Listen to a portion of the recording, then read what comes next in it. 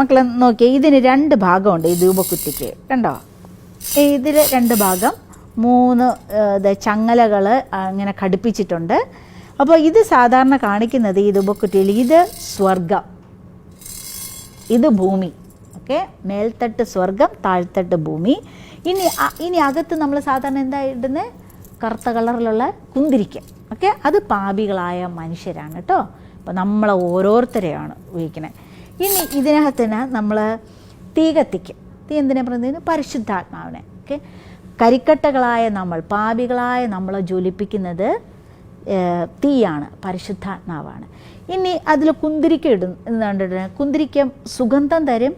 At the same time ആ കുന്തിരിക്ക ആ കരിക്കട്ടയോടങ്ങ് ചേർന്ന് പശ പോലെ ഒട്ടിയിരിക്കും. ഓക്കെ, അതിൽ വരുന്ന സുഗന്ധം, ഓക്കെ, നമ്മുടെ പ്രാർത്ഥന, നമ്മുടെ വിശ്വാസം, ശരണം, സ്നേഹം, ഓക്കെ, ഇത് ആ സുഗന്ധം ഇങ്ങനെ ചുറ്റും പരക്കുന്നു. അതുപോലെ തന്നെ ഈ പുക മുകളിലേക്ക് പൊങ്ങും, വെള്ളപ്പുക. ഓക്കെ, ഈ പുക നമ്മൾ അർപ്പിച്ച അർത്ഥനകളൊക്കെ ഇങ്ങനെ ദൈവസന്നിധിയിലേക്ക് ഇങ്ങനെ പോകുന്നു.